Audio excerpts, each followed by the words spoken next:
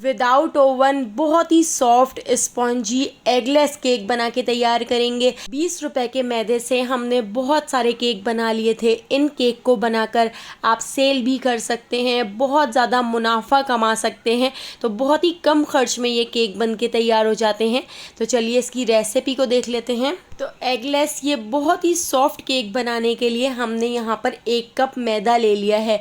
तो मैदे को छान कर ऐड करेंगे ताकि इसमें जितनी भी गुठलियाँ होंगी, जितना भी कचरा होगा वो निकल जाएगा। इसके साथ ही 1 tablespoon cocoa powder add कर दिया है। 1 टीस्पून हमने इसके अंदर ऐड कर दिया है बेकिंग पाउडर, और ½ टीस्पून से थोड़ा कम देखिए मैंने यहाँ पर बेकिंग सोडा भी इसमें ऐड कर दिया है। और यहाँ पर हमने ले लिया है कोमेल का फुल क्रीम मिल्क पाउडर। तो 2 टेबल स्पून हम इसमें मिल्क पाउडर भी ऐड करेंगे। इससे जो हमारा केक होगा वो बहुत ही टेस्टी बनेगा। शाम की चाय के साथ तो बहुत ही मज़ेदार लगता है ये केक। तो केक का प्रीमिक्स तैयार हो चुका है। इस प्रीमिक्स को बनाकर आप 1 महीने तक स्टोर करके भी रख सकते हैं। अब हमने यहाँ पर एक बाउल ले लिया है, उसके अंदर हम ऐड कर देते हैं 5 टेबल स्पून दही। तो हम इसमें अंडों का इस्तेमाल नहीं करेंगे, अंडों की जगह हमने इसमें दही ऐड किया है। 1/4 कप हम इसके अंदर कुकिंग ऑयल ऐड कर देते हैं, और इसके साथ ही 1/4 कप ही मैं इसके अंदर नीम गर्म दूध ऐड कर रही हूँ। दूध हम बाद में भी ऐड करेंगे, लेकिन अभी हमने 1/4 कप दूध ऐड किया है। इसके साथ ही 3/4 कप हम इसके अंदर पिसी हुई चीनी ऐड कर देते हैं।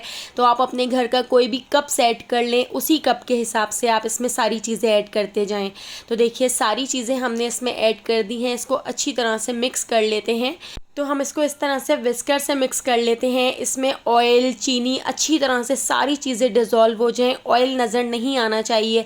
इसके साथ ही अब हम इसके अंदर ऐड कर देते हैं 1 टीस्पून विनेगर, यानी सिरका मैंने इसके अंदर ऐड कर दिया है। इसके साथ ही हम इसके अंदर ऐड कर देते हैं ½ टीस्पून रेड फूड कलर। इससे हमारा जो केक है उसका कलर बहुत ही अच्छा सा हो जाएगा। आप जिस कलर का भी ये केक बनाना चाहते हैं वो कलर आप इसमें ऐड कर सकते हैं, बहुत ही खूबसूरत लगता है। रेड फूड कलर हमने इसके अंदर ऐड कर दिया था। इसको अच्छी तरह से मिक्स कर लिया है। तो लिक्विड वाले मिक्सचर को हम थोड़ा थोड़ा करके इस तरह से प्री मिक्स के अंदर ऐड करते जाएंगे और इसको इस तरह मिक्स करते जाएंगे। तो देखिए अभी हमने इसमें थोड़ा मिक्सचर ऐड किया है और इसको इस तरह से मिक्स कर लिया है। अब बाकी का बचा हुआ मिक्सचर भी हम इसके अंदर ऐड कर देते हैं, और मिक्सचर को ऐड करके हम इसको बहुत अच्छी तरह से मिक्स कर लेंगे।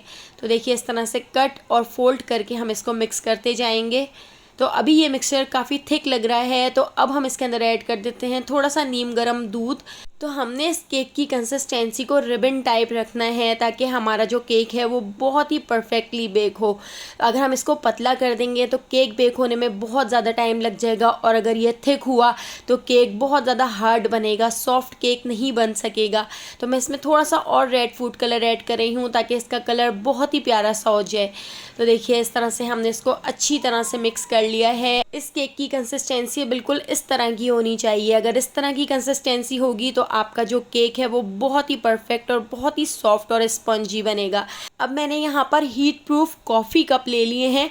तो ये कॉफ़ी कप बिल्कुल भी टूटेंगे नहीं, हमने इसी में इनको बेक करना है। तो मैंने इन कॉफ़ी कप को इस तरह से पहले ऑयल से ग्रीस कर लिया था। अब हमने अपने केक का बैटर इसके अंदर ऐड कर दिया है। तो सारे कपों के अंदर हम इस तरह से आधा आधा कप भर के इसके अंदर ऐड कर देते हैं। इससे ज़्यादा आप बिल्कुल भी ज़्यादा इसमें ऐड नहीं कीजिएगा, वरना ये केक बहुत ज़्यादा ऊपर आ जाएगा। इसको थोड़ा सा टैप कर लेते हैं। टैप करने से इसके सारे बबल्स ख़त्म हो जाएंगे। और इसके ऊपर हम डाल देते हैं थोड़े से स्प्रिंकल्स। तो इस तरह से थोड़े से कलरफुल स्प्रिंकल्स मैंने इसके अंदर डाल दिए हैं। ये स्प्रिंकल्स बच्चों के बहुत ही फेवरेट होते हैं, इससे बच्चे बहुत खुश हो जाते हैं।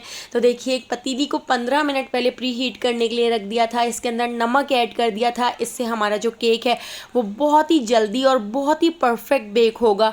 स्टैंड रख दिया था, स्टैंड के ऊपर हमने सारे कप रख दिए हैं और इसको कवर करके 30 से 40 मिनट के लिए हम इसको लो से थोड़े से ज़्यादा फ्लेम पर छोड़ देते हैं।